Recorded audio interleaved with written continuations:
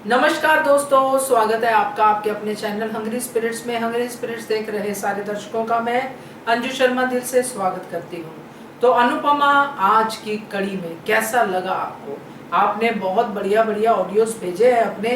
अब आप सबके लिए ये ऑडियो मैं पेश कर रही हूँ, बता रही हूँ आपको कि क्या क्या भेजा है हमारे जो बहनें हैं उन्होंने। तो शुरू करते हैं। पहले वही निवेदन, जिन्होंने अभी तक चैनल को सब्सक्राइब नहीं किया है कृपया कर लीजिए, साथ में दोस्तों बेल आइकन दबाइएगा ताकि आपको हमारे वीडियोस के नोटिफिकेशन मिलते रहें। चलिए शुरू करते हैं पहले ऑडियो से।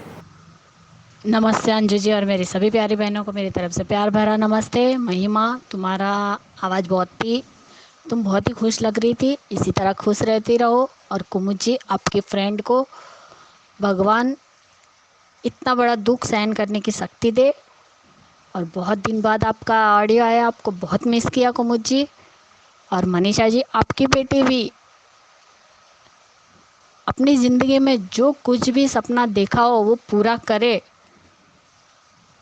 उसके लिए भी मैं प्रार्थना करती हूँ। और उसे फिर से हैप्पी बर्थडे। वो चाहती है उसे सब मिले।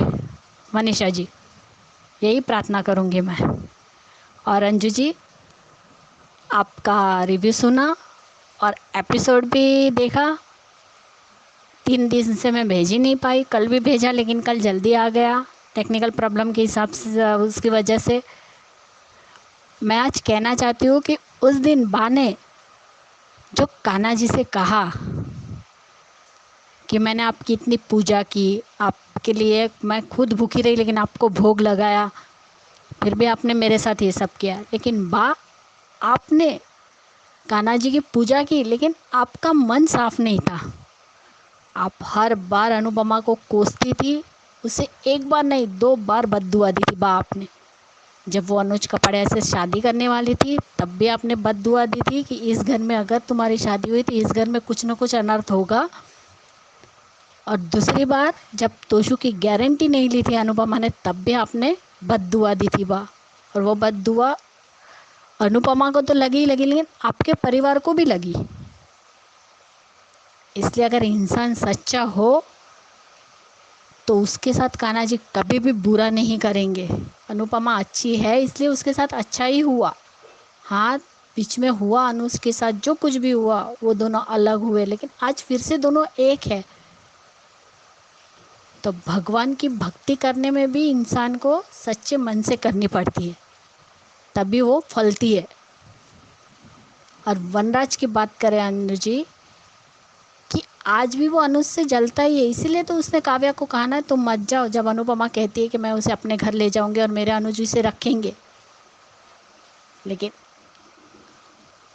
और वनराज की जो फितरत है और जो स्वभाव है अंजू जी, उसी की बेसिक पे आज अनुपमा ने ये कहा कि आप इस बच्चे की जिम्मेदारी सच्चे मन से ले रहे हैं क्या? अभी तो जोश जोश में आप बोल देंगे कि हाँ मैं उठा लूँगा, लेकिन बाद में उसने जो हमें लगा कि अनुपमा उन दोनों के बीच में आ रही है, जबकि उसे वो नहीं करना चाहिए। लेकिन उसने जो कुछ भी कहा वो भी पूरा सही था अंजू जी। क्योंकि आज अनुज और अनुपमा ने छोटी को गोद लिया है, लेकिन आज वो उसके यशोदा माँ और नंद बाबा दोनों है। अनुज और अनुपमा छोटी की, उन्होंने उसे दिल से अपनाया है, इसलिए बच्चे को दिल से अपनाना पड़ता है। नहीं तो क्या फ़ायदा? काव्या डर के साथ रहेगी, बाहर बार ताने मारती रहेंगी जो उनकी आदत है। और वनराज भी उसे दिल से अपना पाएगा? अगर दिल से अपना सकता है तो ही उसे काव्या को रोकना चाहिए। और काव्या को या पिछड़ी कम पढ़ी लिखी हुई थोड़ी है, इतनी पढ़ी लिखी और सब कुछ कर सकती। आज नहीं तो अरे अनुज भी अपने कंपनी में उसे जॉब दे सकता है और वो अपने बच्चे को भी पाल सकती है। काव्या इंडिपेंडेंट है और वो अपने बच्चे को भी पाल सकती है, उसे वनराज की ज़रूरत नहीं है। लेकिन आज अनुपमा ने जो कुछ भी कहा वो एक एक शब्द सही था कि एक दूसरे बच्चे को अपनाना बहुत मुश्किल होता है, क्योंकि वनराज कभी किसी को माफ़ नहीं करता है, क्योंकि उसके डिक्शनरी में माफ़ी नाम का शब्द ही नहीं है। हमने तो नहीं देखा आज तक उसने किसी से माफ़ी मांगी होगी।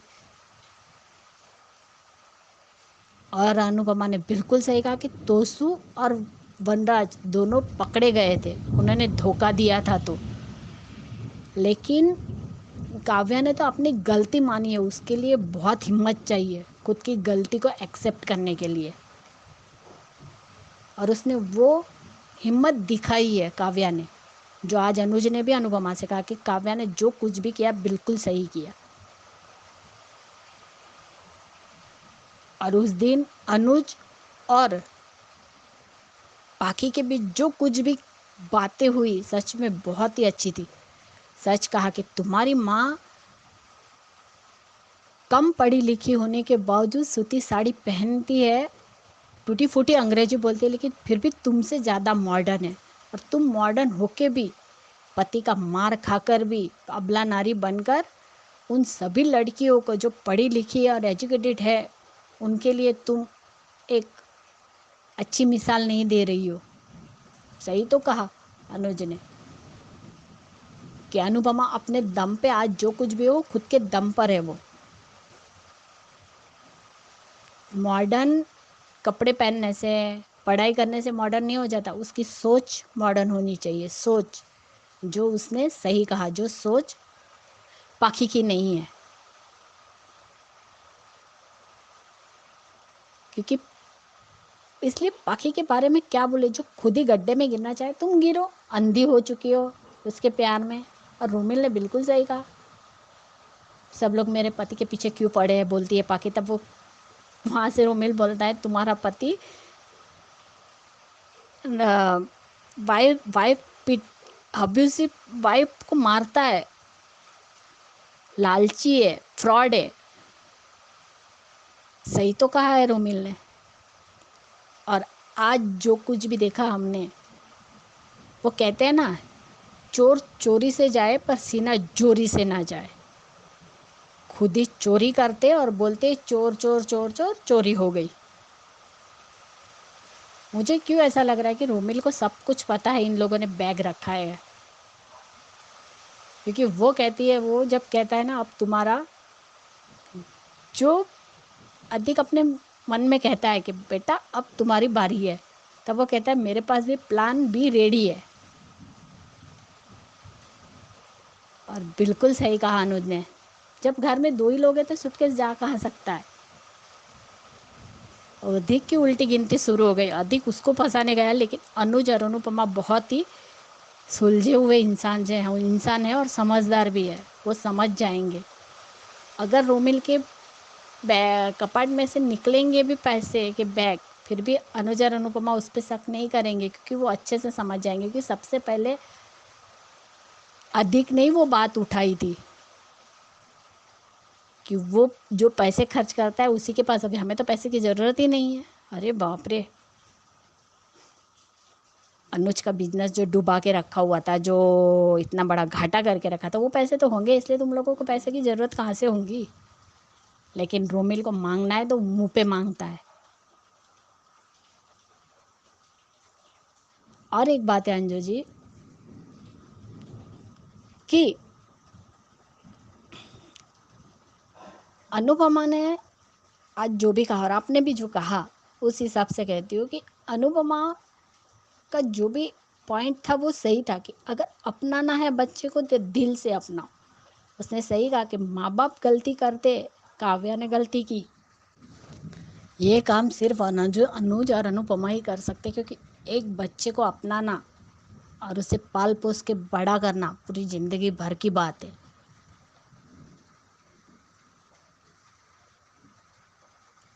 लेकिन अनुपमा ने जो भी कहा वो बात भी सही थी, जैसे आपने भी कहा कि हाँ उसने जो बात कही वो सही थी, लेकिन उन दोनों के बीच में नहीं, वो बीच में नहीं आई, सिर्फ उसने बताया है, उसने हकीकत बताई है कि बच्चे को अपनाएंगे तो उसे उस तरीके से भी पालना पड़ेगा। घर में ताने देंगे, जैसे आज रोमिल को ताने मिल रहे हैं कि अंकुश ने गलती की, लेकिन भुगत कौन रहा है, रोमिल भुगत रहा है, वैसे ये बच्चा ना भुगते।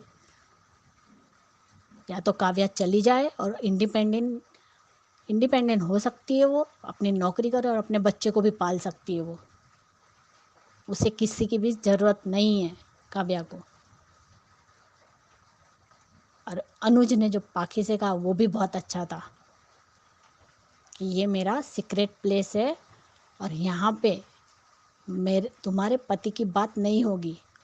और ये कोई बिजनेस चलाना भी कोई मामूली चीज़ नहीं है कि समोसा और ढोकला का जो उसने उदाहरण दिया कि आधा मैं खाती हूँ आधा मेरा पति खाएगा, वो नहीं होगा। प्रोफेशनल, तुम्हें आज जो मौका मिला है उससे तुझसे किसी को तो मिलता भी नहीं है वो मौका, फिर भी हमें अनुज ने तो दिया है मौका। इस मौके को, उस मौके का फ़ायदा उठाओ, उस मौके को तुम कुछ करके दिखाओ। बिल्कुल सही कहा अनुज ने। अच्छा हुआ उसने उसकी बातें उसको ही रोक दिया, पाखी को। कितनी कितनी नालायक लड़की है ये, अपनी माँ से ये कर रही है। अनुपमा के बच्चे कभी भी नहीं सुधर सकते। पाखी बदतमीज थी, बदतमीज है और बदतमीज ही रहेगी। वो कभी नहीं सुधर सकती अंजू जी। अब देखते आगे क्या दिखाते, लेकिन सच में अब बहुत ही इंटरेस्टिंग लग रहा है ये सीरियल। बहुत मज़ा आएगा आगे भी देखने में। अब देखते कल क्या होता है। अनुज ने जो कुछ भी अपने भाई से कहा वो भी सही था। एक जिम्मेदारी ली वो भी नहीं निभाई जा सकी।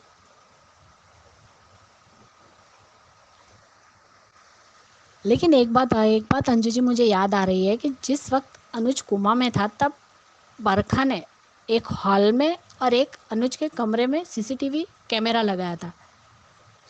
तो कमरे का तो हट गया, लेकिन हॉल में अभी भी होना चाहिए वो सीसीटीवी कैमरा, क्योंकि अभी तक हमें ये नहीं दिखाया गया है कि वो कैमरा निकाला या नहीं निकाला।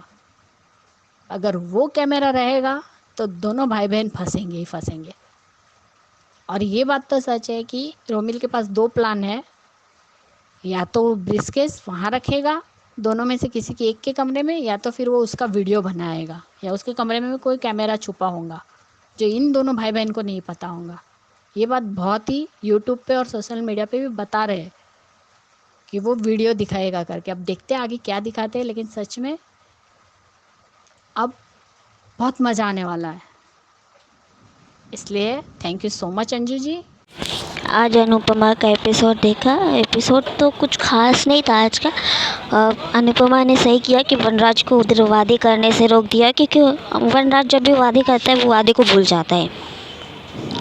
लेकिन अनुपमा को भूलना नहीं चाहिए, उधर बोल रही है पर उसके एकदम रियल वाली हंसी नहीं निकल रही है उसके अंदर से। इधर अधिक बरखा ये दोनों रोमिल को फंसाने में लगे हैं।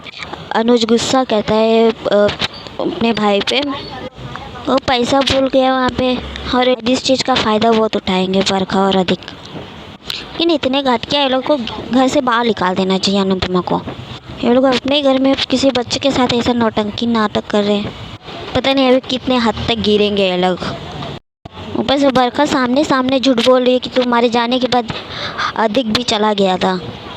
और फिर जो प्री कैप में देखा है कि पाखी बोलती है कि आप मेरे पति को ऐसा नहीं बोल सकती, नहीं तो मैं ऐसा कुछ कर जाऊंगी। सबसे बढ़िया कि अनुपमा को उसको पाखी को और अधिक को घर से निकाल देना चाहिए। बाकी का मैं इतना ही कहना चाहती हूँ। अंजू मैम बोलते हैं कि हर बड़े की दुआ लगती है। प्लीज़ आज इस दुआ की ज़रूरत सबसे ज़्यादा मेरी दीदी को है, मेरी दीदी के बच्चे को है। प्लीज़ आप सब प्रे कीजिए कि मेरी दीदी का बच्चा बच जाए। वो आईसीयू में है, डॉक्टर ने मतलब 24 घंटे का उसको ये ठीक किया है। 24 घंटे के बाद ही बताएंगे कि बच्चा मतलब कितना ठीक है क्या है। प्लीज़ दी का बच्चा बच जाए, बस यही प्रे करते हैं हम लोग। प्लीज़ आप सब भी प्रे कीजिए, क्योंकि वो बच्चा केवल मेरी दी का दुनिया नहीं सपना भी है। उनको कभी अपनी माँ का प्यार नहीं मिला, लेकिन वो बच्चा मतलब एक नई उम्मीद है उसके लिए। मेरे जीजू को किसी ने कहा है कि मतलब उनको एक ही इसके अलावा उनको कभी माँ नहीं बन सकती। उधर बच्चे कहे थे और मेरे जीजू ने कह दिया कि ये बच्चा नहीं तो फिर उनके और दी के रिश्ते हमेशा हमेशा के लिए डिवोर्स ले लेंगे लोग।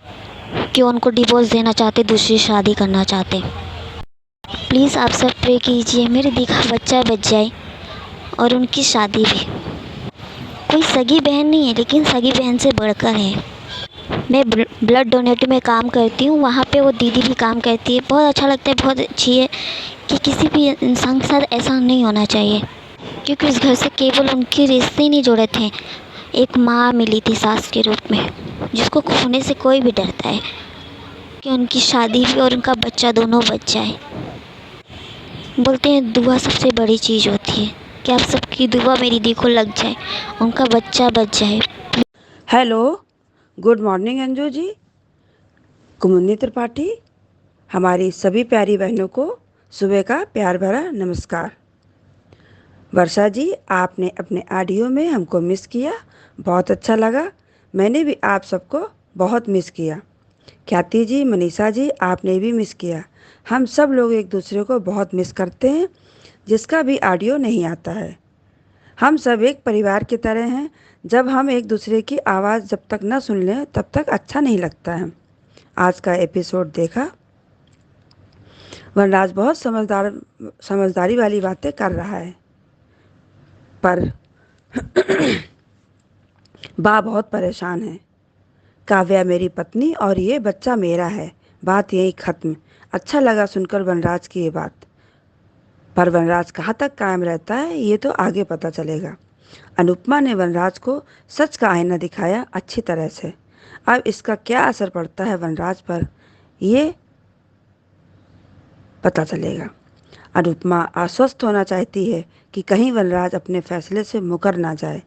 और डिम्पी को देखो कितने मज़े ले रही है। समर समझा रहा है डिम्पी को, पर वो कहाँ समझने वाली। अनुज ने सही कहा कि काव्या ने अच्छा किया सच बताकर।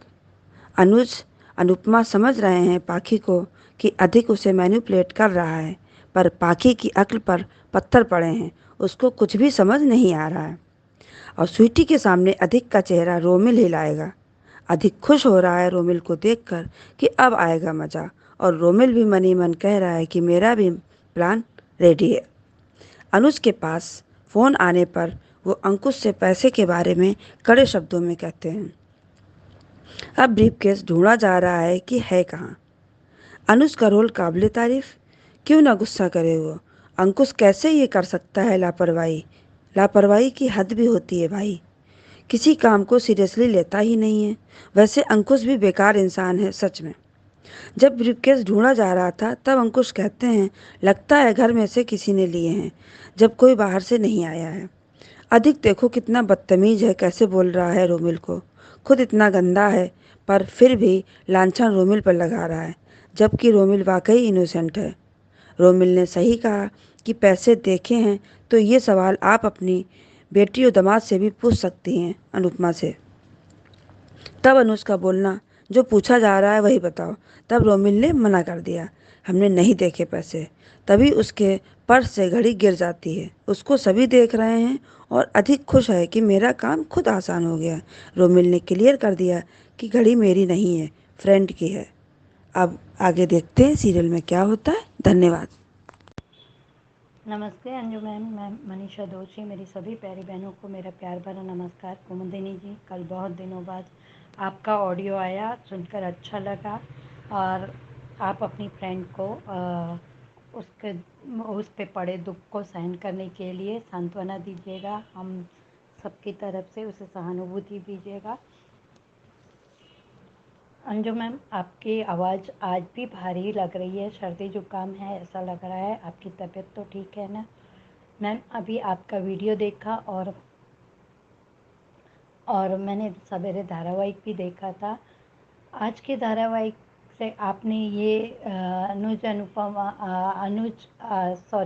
अनुपमा का वनराज और काव्या के बीच में बोलना सही या गलत, ये इस वीडियो में आपके माध्यम से दिखाया कि वनराज या काव्या नहीं पर किसी और कपल के बीच में भी अनुपमा को नहीं बोलना चाहिए, किसी थर्ड पर्सन को नहीं बोलना चाहिए, ये बताया आपने।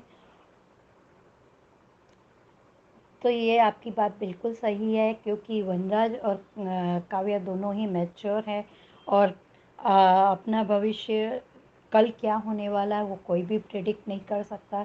खुद अनुपमा ही अनुज के साथ में इस तरह का जो आपने बताया वो नहीं प्रेडिक्ट कर सकती थी। अगर वो फैसला ले रहे हैं तो आप क्यों उनको कंफ्यूज कर रही हैं, मेरी ये समझ में नहीं आता। अनुपमा, आप किसी और की नहीं तो सिर्फ अनुज की ही बात सुन लीजिए। अपने और शाह परिवार के बीच में एक लाइन ड्रॉ कीजिए, क्योंकि अभी आपके ना बाबा जी को आपकी ज़रूरत है, ना वनराज काव्या को आपकी सलाह की ज़रूरत है, और ना ही आपके बच्चे इतने छोटे हैं कि वो कुछ नहीं है हैंडल कर पाएंगे। ज़्यादा ज़रूरत हुई बीमार होने पे या तब ठीक लगता है। अब ये आपका बीच में उनके घर में बीच में बोलना बिल्कुल ही अच्छा नहीं लगता है। खैर, आप अपने उस पे करेंगी, और बाद में पहले वनराज उसे एक्सेप्ट करना था। वनराज के काव्या को एक्सेप्ट करने के मैम मुझे तो 3 कारण लगते हैं। पहला, वो काव्या से कहीं ना कहीं आज भी थोड़ा बहुत प्यार करता ही है, और दूसरा, वो काव्या को अपने अंडर में रखना चाहता है, और तीसरी बात, वो अनुज की बढ़ाई नहीं सहन कर सकता। अनुज की कोई तारीफ करे वो उसके बर्दाश्त से बाहर है। तब उसका मील ईगो हर्ट हो जाता है कि मैं अनुज से कम नहीं हूँ, मेरी तुलना आप अनुज से मत करिए, इस तरह का है उसको। और अभी वो कंफ्यूज है, तो जो प्रश्न काव्या को पूछने चाहिए थे वो अनुपमा के द्वारा पूछे जाने पर हमें बिल्कुल भी अच्छा नहीं लगा है मैम। और डिम्पल का इनके दुख में अपने कमरे में जाकर हंसना, ये अपने ही दुख को आमंत्रण दे रही है अपने भविष्य में। आज हम किसी के दुख पे हंसते हैं मैम, तो वो घूम फिर कर हम पे आता ही है। तो कल उस पे इस तरह का दुख पड़ेगा तो सब हंसेंगे तो कैसा लगेगा। खैर, और इस धारावाहिक में मैम ये नंदिनी और जीके काका की हैं, बहुत दिनों से दिखा रहे हैं कि उनकी एंट्री होने वाली है, पर पता नहीं होगी भी नहीं या नहीं, मुझे गलत है कि सही मुझे पता नहीं है मैम। फिर बाद में अनुपमा कपाड़िया हाउस में आती है, दोनों मिल अनुज अनुपमा किचन में काम कर रहे होते हैं। तो इस समय खाने के वक्त पे भी छोटी का ना दिखाना। अनुपमा, अब तो अमेरिका छोटी के लिए नहीं गई है, तो अब आपका बिल्कुल भी समय छोटी के साथ तो दिखता ही नहीं है। और अनुपमा, आप लाइन ड्रॉ कीजिए ही कीजिए। आप अपने बिजनेस पे, अपने अनुज पे और अपनी छोटी पर ही ध्यान दीजिए, बाकी सबको उनके हालातों पर छोड़ दीजिए। और कपाड़िया हाउस में बैग के बारे में बात हुई तो अधिक का मन ही मन रोमिल को देखकर बोलना कि अब तो तू गया। रोमिल का भी ये मन ही मन बोलना कि मेरे पास भी तेरे लिए एक प्लान रेडी ही है। मैम, इसमें क्या दिखाएंगे पता नहीं है। और अंकुश लापरवाह है, ये अनुज जानते थे तो उन्हें क्यों जिम्मेदारी दी, इतनी बड़ी जिम्मेदारी। और बाद में अनुपमा बोलती है कि आज अभी अब पैसे भर दीजिए। तब अनुज ने मना कर दिया कि नहीं, अब ये काम मैं खुद ही करूँगा। अनुज, अनुपमा, बिजनेस के सारे डिसीजन अब दोनों आप अपने ही हाथ में रखिए, किसी और पर जिम्मेदारी मत डालिए, और सिर्फ अनुपमा अब अपने बिजनेस को ही आगे बढ़ाने में इंटरेस्ट लीजिए। बाकी को भी उसके हालात पर छोड़ ही देना चाहिए आपको, मेरे हिसाब से तो। और अब आज के धारावाहिक से जब अधिक ये बोल रहे थे अनुज को कि हमको हमें तो ऐसे पैसे उठाने की ज़रूरत ही नहीं पड़ती है, पर हमें अनुज ने इतना कुछ दिया है, इसीलिए तो आप दोनों भाई बहनों को बिजनेस में घोटाले करने की ज़रूरत पड़ी। अनुज ने इतना सब कुछ दिया है, उसके बावजूद तो आप लोग दोनों भाई बहन घोटाले कर रहे हैं। और इस तरह के पैसे की ज़रूरत तो उसे ही होती है जिसे पार्टी की या किसी और चीज़ की आदत हो। और रोमिल के साथ में झगड़ा होना तो रोमिल का ये बोल देना कि मैंने कुछ नहीं किया है, और अनुपमा पूछती है तो रोमिल का ये कह देना कि आप अपने बेटी दामाद से क्यों नहीं पूछ रहे हैं।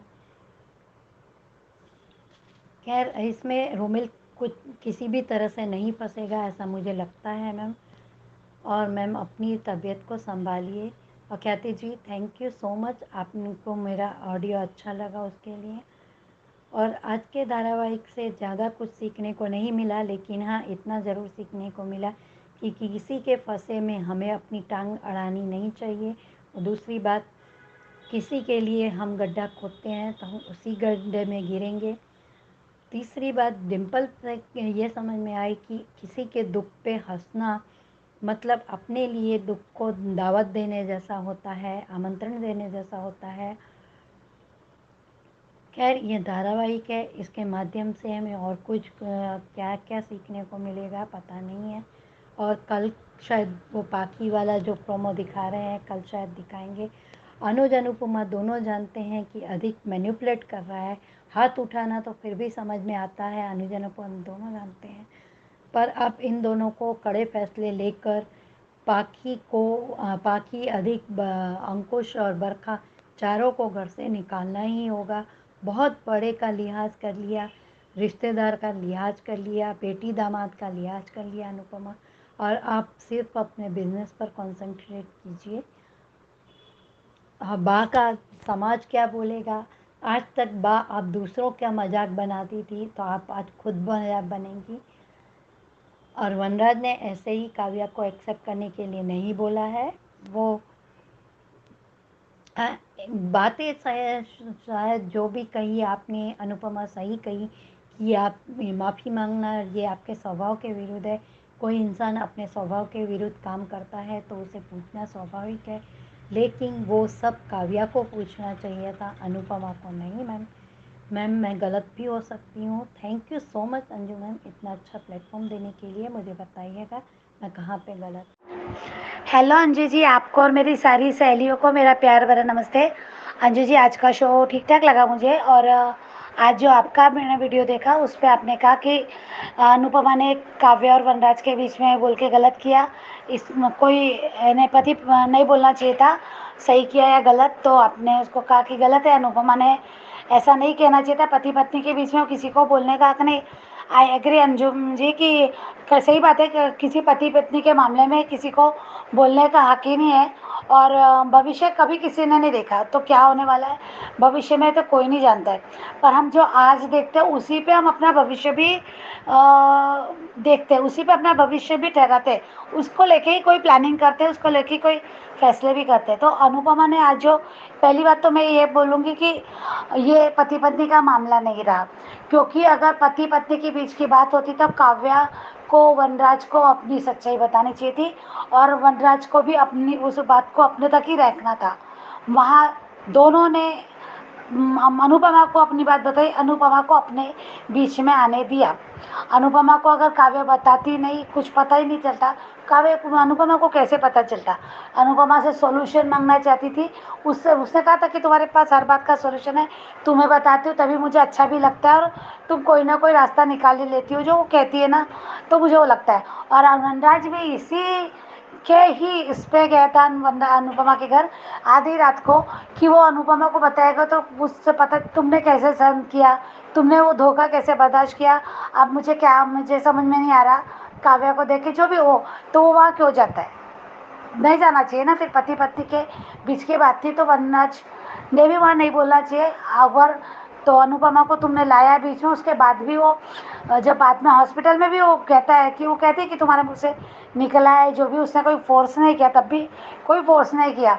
और तभी वो वनराज बात छेड़ता है कि वनराज उससे बात करता है कि मैं नहीं अपना सकता। जो बातें सुनती है अनुपमा, तो वही अनुपमा के मन में चल रहा है कि तुम पहले काव्या को छोड़ दिया, तुम खुश नहीं थे, तुमने काव्या को छोड़ दिया, फिर बच्चे का पता चला तो तुमने बहुत खुश हो गए, काव्या को ले आए घर।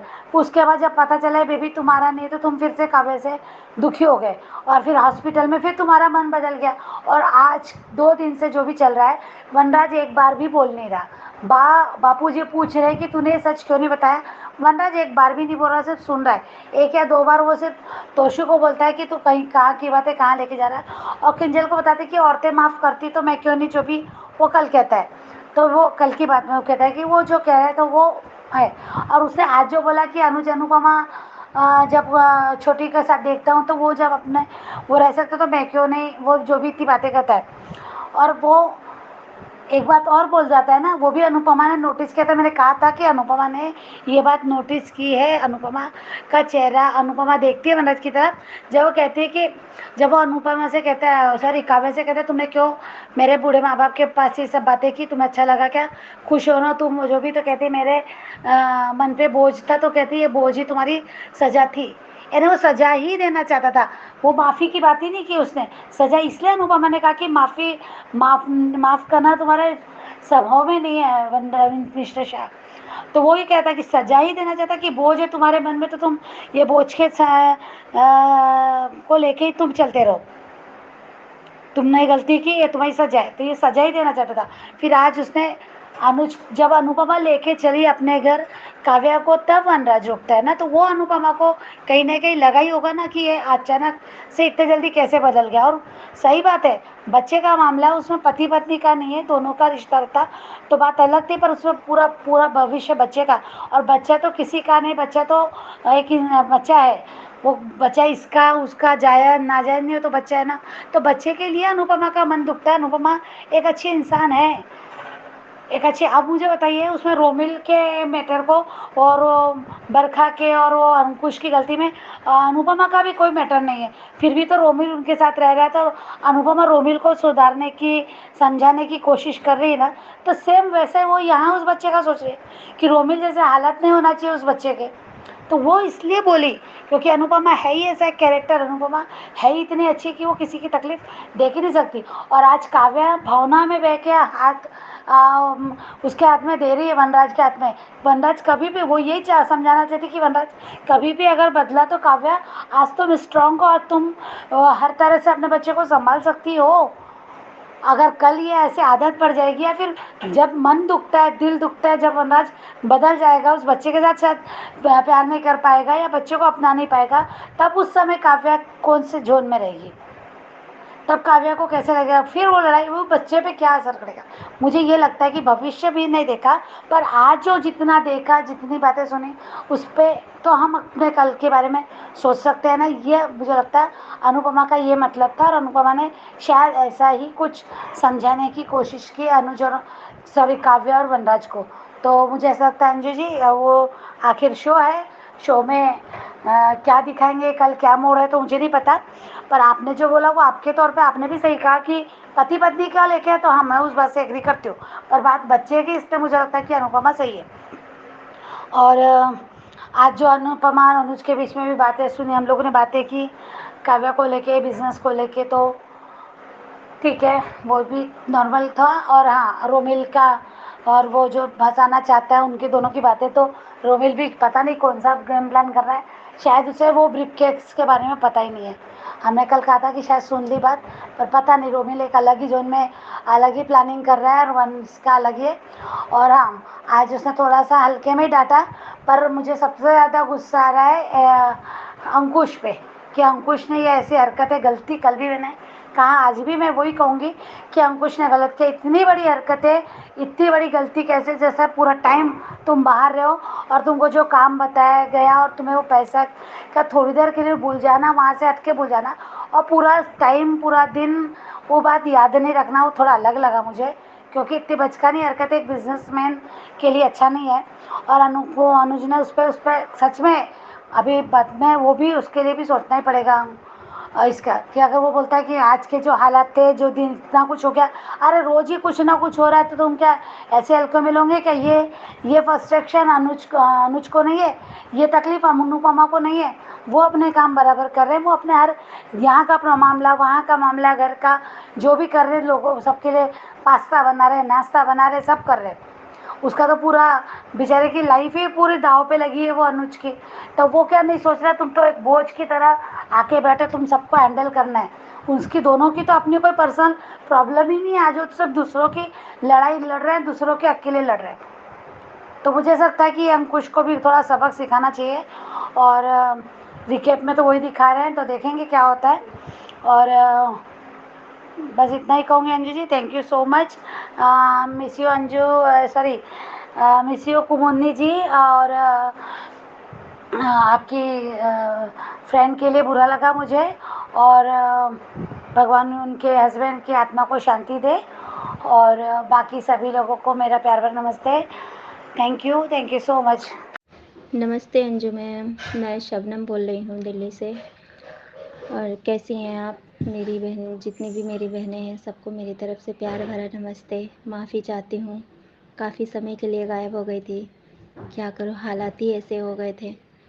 सोच लीजिए मरते मरते बची हूँ। अब जा कर के थोड़ा सा ठीक लग रहा है, तो मैंने सोचा लाओ मैसेज कर देती हूँ।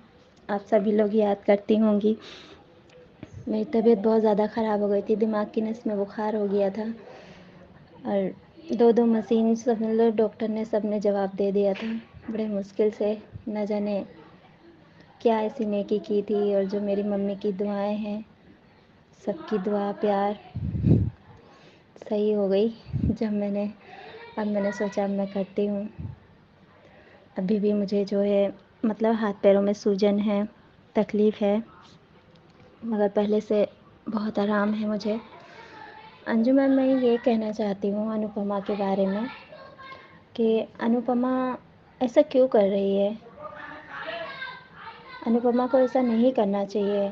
जब वनराज बोल रहा है, चाहे वो अब उसमें आकर के बोल रहा है, गिल्टी फील हो रहा है, या अनुज से अपने आप को बराबरी करने के लिए वो यही करना चाहता है, क्योंकि जब जब अनुपमा अनुज की तारीफ़ करती है ना, तब तब अनुज को अच्छा नहीं लगता है। सोचता है कि मैं उससे बेहतर हूँ।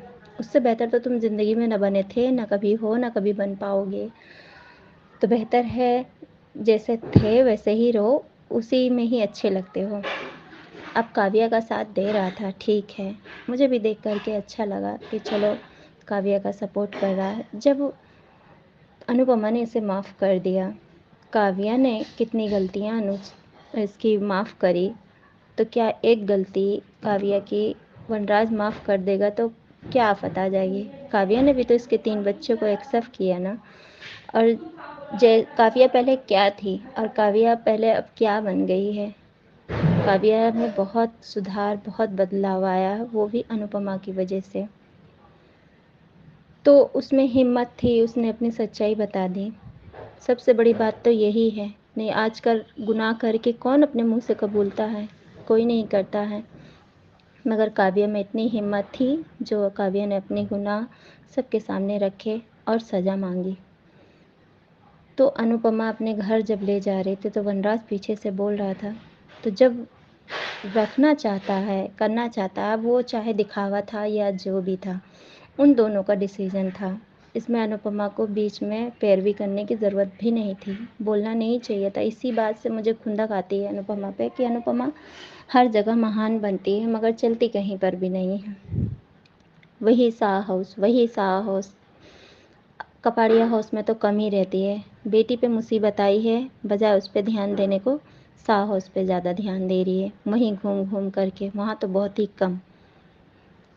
तो अनुज नाराज़ नहीं होगा तो क्या होगा, कुछ बातें ऐसी छुपा लेती हो, कुछ बता देती हो। तो ऐसे मान की बीच में यही होता है, मान लोग यही करते हैं, बिल्कुल नहीं करते हैं। मेरे हिसाब से तो अनुपमा ने ये गलती करी कि फिर से सोच लो, समझ लो। काव्या तो पहले भी अकेली खड़ी थी और अभी भी यही अकेली खड़ी हुई है। तो तुमको तो बीच में बोलना ही नहीं चाहिए था। जब तुम्हारी अनुज और माया के बीच में जब बात हुई थी, जब तुम दोनों ने बात करी थी, तो बीच में बरखा ने टांग अड़ाई, माया ने टांग अड़ाई, वनराज ने टांग अड़ाई। तुम दोनों ने यही फैसला किया था कि हम दोनों के बीच में कोई नहीं बोल सकता है, कोई का मतलब कोई भी नहीं बोल सकता है। ये मान की बातें हैं, मान ही बात करेंगे। और अनुज सुनेगा, अनुपमा को बोलेगी, अनुपमा बोलेगी तो अनुज सुनेगा। ये दोनों की बातें थी, तो इसमें कोई भी नहीं था। जाहिर सी बात है, बीच में हस्बैंड वाइफ के कोई नहीं बोल सकता, तीसरे का तो कोई मतलब ही नहीं है। तो जब ये दोनों करें, अच्छा करें, बुरा करें, कुछ भी करें, इन दोनों का फैसला है, इसमें हम तीसरे कोई नहीं पढ़ सकता है।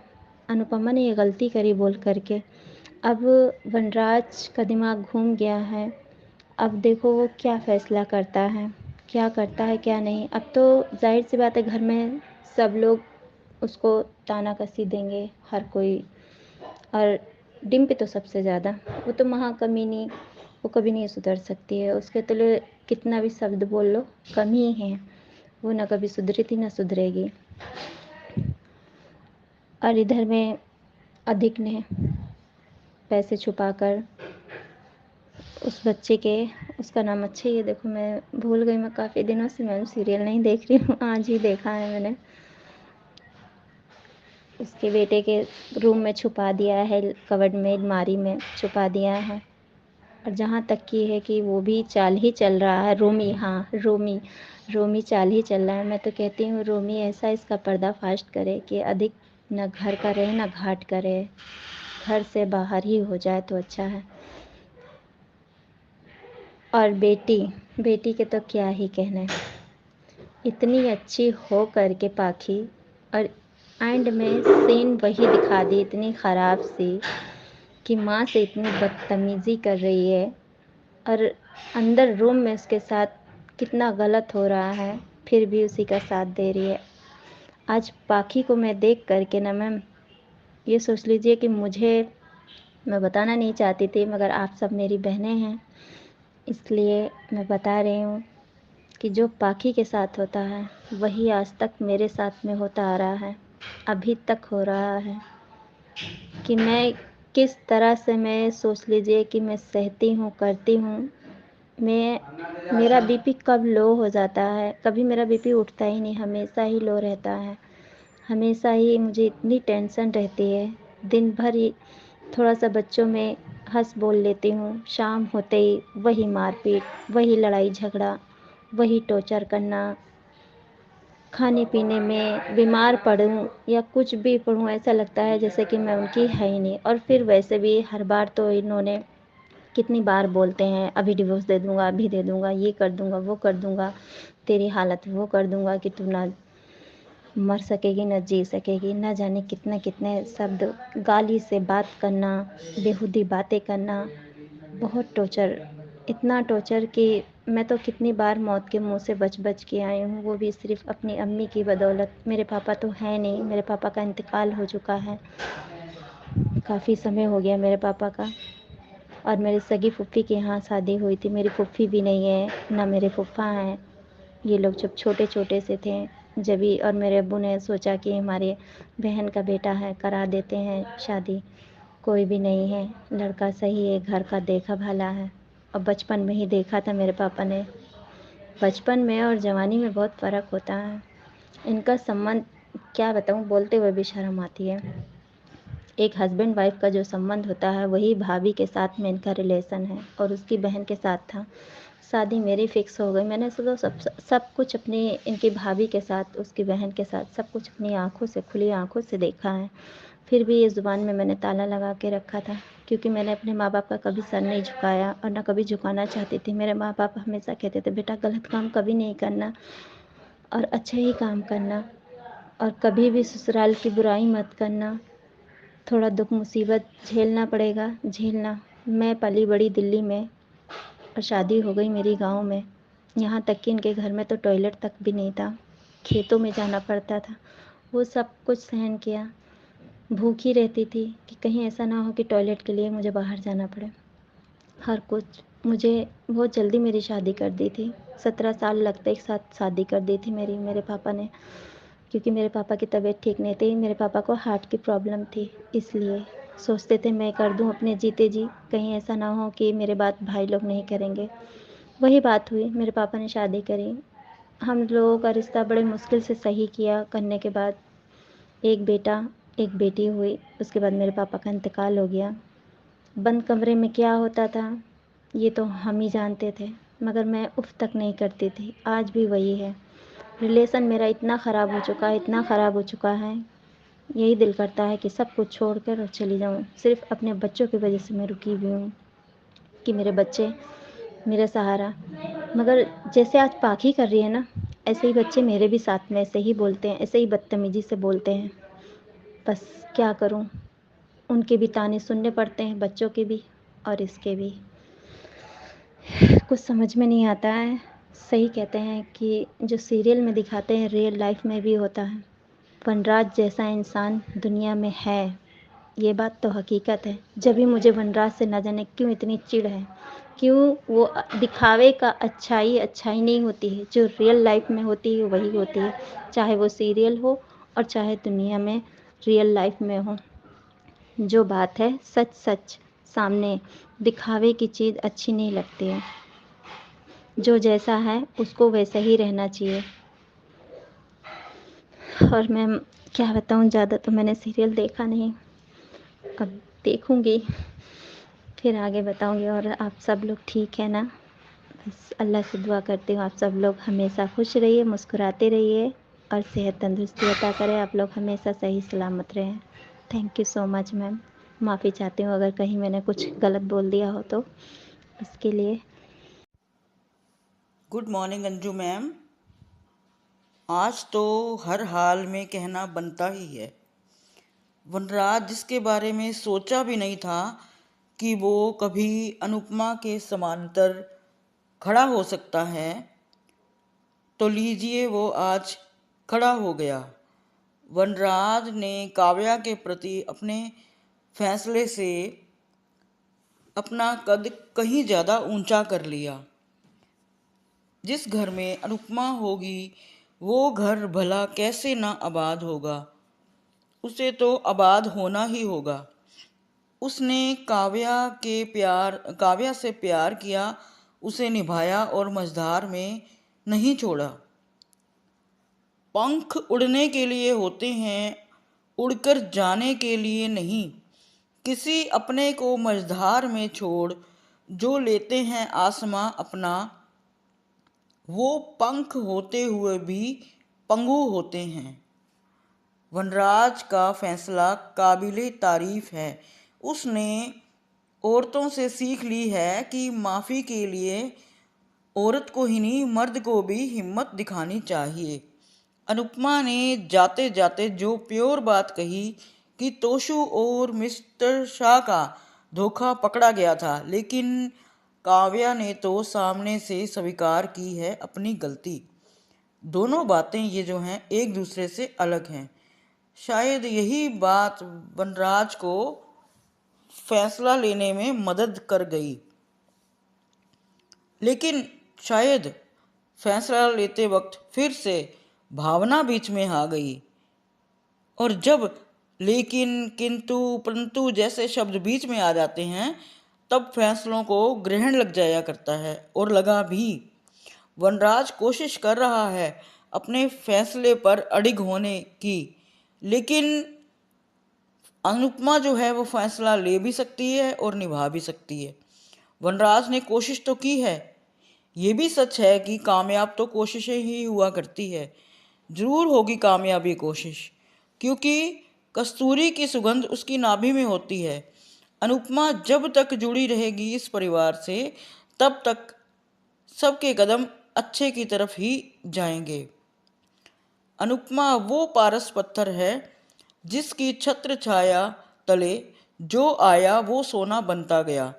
ऐसी औरतें ही समाज का उत्थान करती हैं और एक नवनिर्मित समाज का शंखनाद करती हैं। ऐसी औरतों को शत शत नमन है। पाखी एक निहायत बदतमीज़ लड़की है, जो प्यार करता है उसे ही पायदान समझ लेती है। पाखी की पहचान ही ये है कि माँ से बदतमीज़ी करना, और वो हर हाल में यही कर रही है।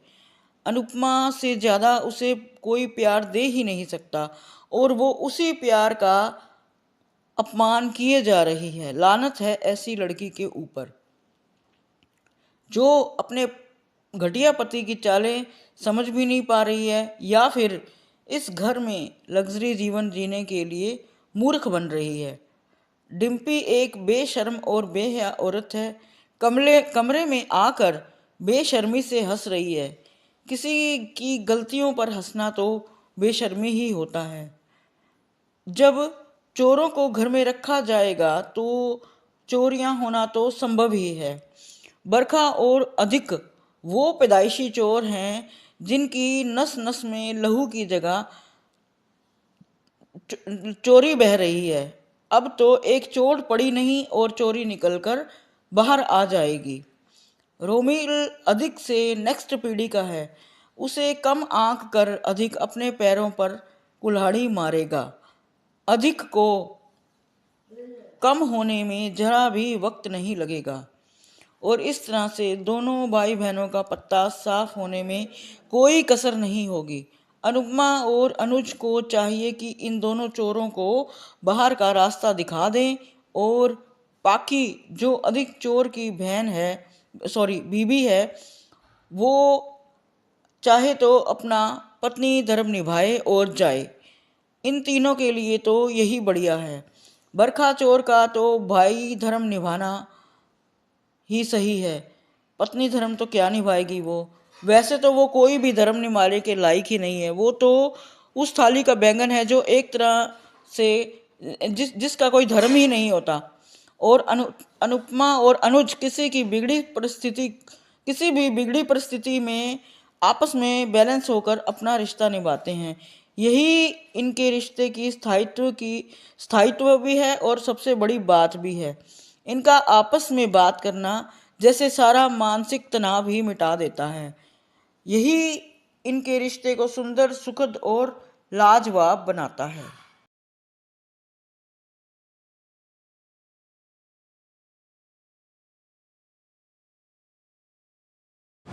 हेलो अंजू मैम, श्रद्धा यार। आज का एपिसोड देखा तो आज का एपिसोड भी मतलब ठीक ठाक ही था। आज जैसे अनुपमा ने मतलब वनराज को क्वेश्चन किया कि आपने जो रिस्पॉन्सिबिलिटी ली है वो पूरे मन से ली है या सिर्फ बोलते ना आउट ऑफ इम्पल्सिव डिसीजन लिया है, क्योंकि अनुपमा को पता है कि वनराज ईज़िली किसी को माफ़ करने वालों में से नहीं है, उसकी वो फितरत है ही नहीं। तो वो जो भी आज उसने वनराज से कहा वो एक सही था, मतलब मैं ये नहीं कहूँगी उसने गलत कहा, क्योंकि ऑब्वियसली वो इतनी बड़ी रिस्पॉन्सिबिलिटी है कि कहने में या निभाने में ज़मीन आसमान का फ़र्क है।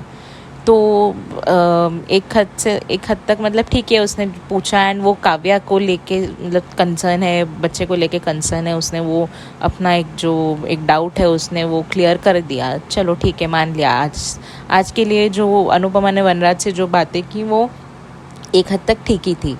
एंड फिर उसके बाद मेरा अभी जो भी डिसीजन होगा वो वनराज के और काव्या के बीच में होगा एंड वो अभी शाह फैमिली के बीच में जो होगा वो उनका मैटर। अभी मुझे ऐसा लग रहा है कि अभी आज अनुपमा ने जो किया उसने अपना काम कर दिया, अभी आज तक ठीक है, बस हो गया। And I really don't want कि वो और इस कपल के बीच में और अपना इन्वॉल्वमेंट दिखाए।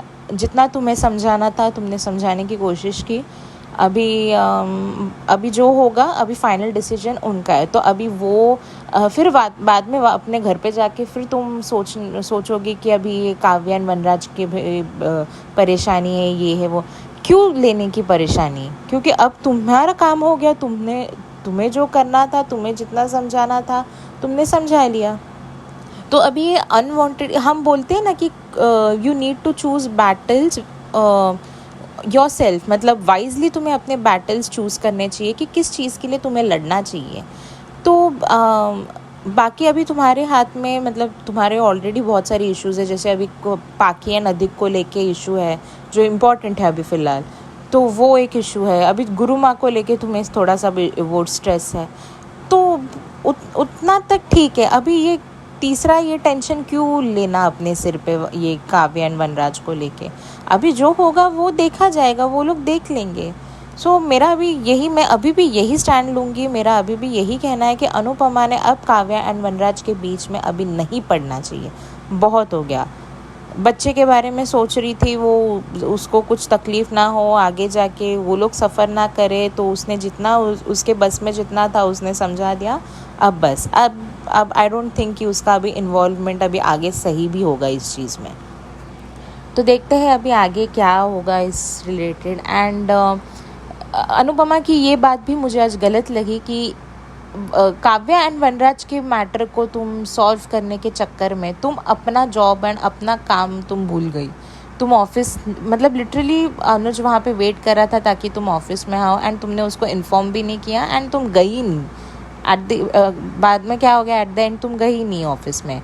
तो अभी चलो ठीक है, वो मानती है उस चीज़ को, वो रियलाइज़ करती है कि नहीं मतलब नहीं जा पाई, एंड अनुज ने वो ट्रस्ट उस पर दिखाया, उसने जिम्मेदारी दी है, प्रोजेक्ट हेड उसने प्रोजेक्ट का हेड बनाया है, क्योंकि अनुपमा केपेबल है। उसने क्या वो सिर्फ वो उसकी पत्नी है इसके लिए वो जो क्या बोलते हैं सब लिबर्टीज़ एंड वो जो भी है प्रिविलेजेस एंजॉय करने के लिए अनुज ने ये नहीं किया है। वो जानता है अनुपमा केपेबल है, उसने किया है कि उसने अपने काम करके दिखाया है, तो उस भरोसे उसने वो भरोसा अनुपमा पे रखा है, वो जानता है वो करेगी। बट मेरा यही कहना है कि अभी तुम बार बार शाहज़ के तुम मैटर्स में तुम बार बार इन्वॉल्व करते रहो, एंड अनुज समझता है सिचुएशंस को एंड वो हैंडल करता है, तो बार बार भी उस चीज़ को निगलेक्ट करना भी सही नहीं है।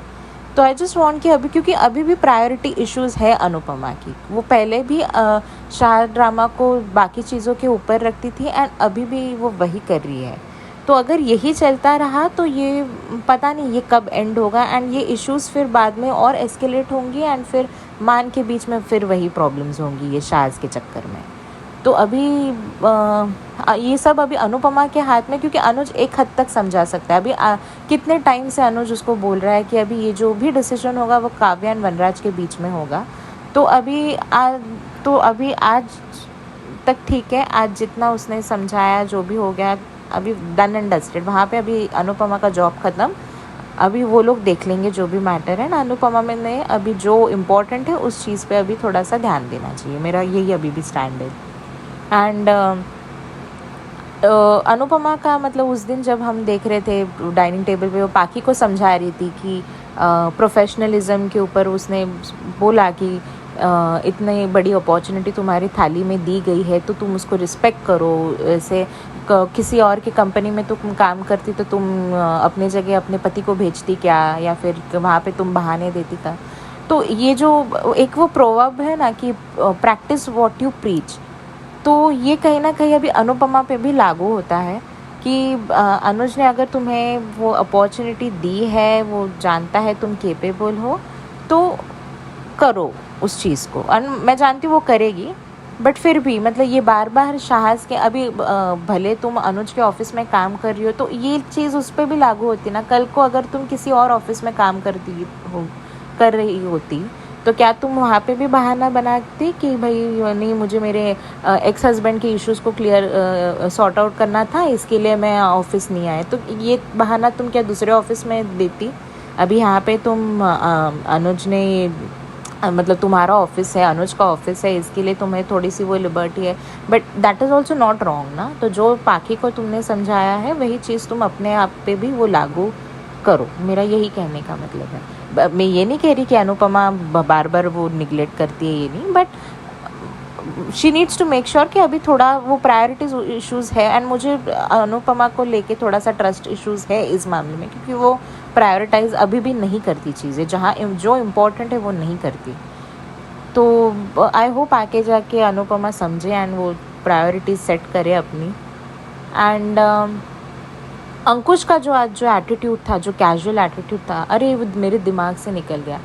ये मतलब इतनी बड़ी बात, मतलब अनुज ने तुम्हें एक चीज़ सौंपी थी, पूरे भरोसे ट्रस्ट किया था उसने कि तुम वो टास्क करोगे, उसने एक रिस्पॉन्सिबिलिटी डेलीगेट की थी, एंड तुम इतना कैजुअली बोल दो कि अरे मैं भूल गया। ये क्या जैसे तुम बाज़ार से क्या दूध की थैली लाना भूल गए, इतना कैजुअल है ये सब। तो ये प्रोफेशनलिज्म ये क्या मतलब ये फैमिली में चल रहा है, मुझे समझ में नहीं आ रहा। मुझे कभी कभी अनुज पे दया आती है कि भाई जब तक बेचारा अकेला था, सब हैंडल कर रहा था वो एंड जीके काका मिलके, तो तब तक सब सही था। जब से इसने इन्वॉल्व करना चालू किया अपने फैमिली को, तो कहीं ना कहीं चीज़ें उसके हाथ से निकलती ही जा रही है। तो आई रियली होप कि अनुज अभी मतलब स्ट्रिक्टली अभी ना किसी को डेलीगेट ही ना करे, किसी को रिस्पॉन्सिबिलिटी ही ना दे। मैं उसमें मैं अनुपमा को भी इंक्लूड करूँगी कि अनुपमा को भी अगर ऐसा लग रहा है कि वो ज़्यादा बोलते हैं ना एकदम स्ट्रेस में है या फिर वो नहीं हैंडल कर पा रही है, तो अनुपमा ने भी क्लियरली अनुज को उस टाइम पे बोलना चाहिए कि अनुज ये थोड़ा सा इशू है, तो अभी मैं उस स्टेट ऑफ माइंड में नहीं हूँ करने में, तो प्लीज़ आप ये रिस्पॉन्सिबिलिटी किसी और को देना, क्योंकि शायद मैं नहीं कर पाऊँगी। तो यहाँ पे भी वो एक क्लियर कॉन्वर्जेसन की ज़रूरत है। अगर वो अगर उसे लग रहा है कि वो थोड़ा ज़्यादा स्ट्रेस्ड आउट हो रही है एंड वो नहीं रिस्पॉन्सिबिलिटी, वो प्रेशराइज हो रही है, तो मतलब नहीं, फिर वो प्रेशर में करना एंड फिर बाद में वो डजेंट मेक सेंस। तो एक अनुज के सामने वो भी क्लियर करो कि भाई नहीं हो रहा मुझसे, मैं बाद में जब एकदम मैं फ्री ऑफ माइंड में अगर मैं केपेबल हूँ तो मैं कर लूँगी, वो रिस्पॉन्सिबिलिटी लूँगी। रिस्पॉन्सिबिलिटी लेने के बाद फिर ये ऐसे एक्सटर्नल इश्यूज़ में तुम इन्वॉल्व रहोगे एंड फिर वो रिस्पॉन्सिबिलिटी जो तुम्हें दी गई है उसको निगलेक्ट करोगे, तो ये भी सही नहीं है। तो मतलब एक अनुज को भी फिर क्लैरिटी रहेगी ना कि चलो मेरे हाथ में, तो मैं संभालूंगा, फिर मैं किसी के ऊपर डिपेंड नहीं रहूँगा कि करेंगे कि नहीं करेंगे। तो अभी अंकुश ने भी आज जो किया वो बहुत गलत था, ये जो casual attitude was not done. And Anuj का जो आज जो रिएक्शन था वो सूटकेस को लेके, वो भी सही था, उसका गुस्सा बहुत जायज़ था, क्योंकि ये उससे लॉस हो सकता था, टेंडर निकल सकता था, तो वो कब तक लॉसेस फेस करे। तो आई रियली होप कि अनुज अभी अपने हाथ में सब चीज़ें ले बिज़नेस को लेके and take that control. And अभी रोमिल का देखते हैं क्या है, वो सूटकेस का भी सच पता चल ही जाएगा कल कि वो क्या उसके रूम से मिलता है या अधिक के रूम से, मतलब उसने स्मार्टली प्लान किया। तो अभी वो कल ड्रामा डिस्क्लोज होगा, तो लेट्स सी अभी क्या किसके रूम से निकलता है बैग। तो देखते हैं अभी आगे कैसे एपिसोड्स आते हैं, कैसी चीज़ें हैंडल होती हैं। आज के लिए बस इतना ही, थैंक यू सो मच। ये थे दोस्तों आज के ऑडियोज, कैसे लगे आपको? आपका भी मन कर रहा है भेजने का तो जरूर भेजिए। नंबर आपसे शेयर करती हूँ, नंबर है 9833155523। इस नंबर पे भेजिए। बनिए हिस्सा अनुपमा के पब्लिक वॉइस वीडियो का। Keep watching Hungry Spirits channel. Thank you so much. Subscribe to our channel by clicking the subscribe button. Click the bell button and enjoy the latest uploads from our channel.